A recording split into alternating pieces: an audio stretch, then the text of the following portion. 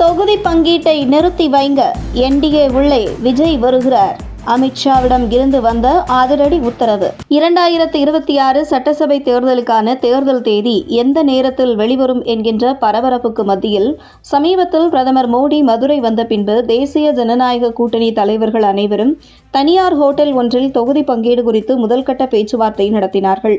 அதே நேரத்தில் திமுக கூட்டணியில் காங்கிரஸ் வருமா வராதா என்கின்ற கடும் இழுபறிக்கு மத்தியில் காங்கிரஸ் திமுக கூட்டணியை உறுதி செய்தது.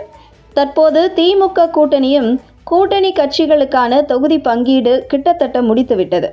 இந்த பரபரப்பான ஒரு சூழலில் விஜய் சிவப்பு கம்பளம் விரித்து காங்கிரஸ் உட்பட பல கட்சிகளை வரவேற்று காத்திருக்க, ஆனால் எந்த கட்சியுமே விஜயுடன் கூட்டணிக்கு வரவில்லை.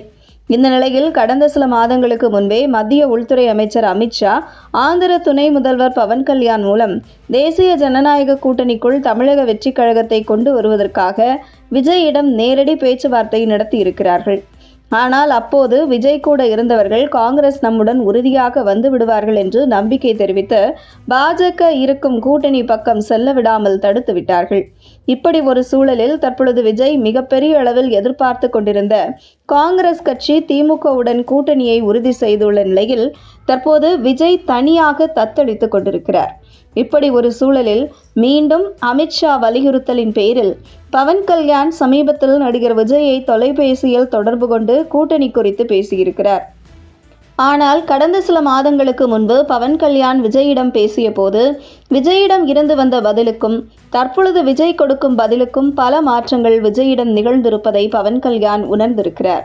அந்த வகையில் விஜய் தேசிய ஜனநாயக கூட்டணிக்குள் வருவதற்கு ஒரு வகையில் பாசிட்டிவ் சிக்னல் கொடுத்திருப்பதாக தகவல் வெளியாகியுள்ளது. அந்த வகையில் பவன் கல்யாண் விஜய் தன்னிடம் பேசியது குறித்து அமித்ஷாவுடன் தெரிவித்திருக்கிறார். உடனே அமித்ஷா அதிமுக தலைமைக்கும் தமிழக பாஜக தலைமைக்கும் ஒரு அதிரடி உத்தரவை தெரிவித்திருக்கிறார். அதாவது, தற்சமயம் கூட்டணி கட்சிகளிடம் தொகுதி பங்கீடு குறித்து பேச்சுவார்த்தையை தற்காலிகமாக நிறுத்தி வையுங்கள். விஜய் நம்முடைய கூட்டணிக்குள் வருவதற்கு அதிகளவு வாய்ப்பு இருக்கிறது என அமித்ஷா அதிமுக தலைமைக்கும் பாஜக தலைமைக்கும் உத்தரவிட்டதாக கூறப்படுகிறது.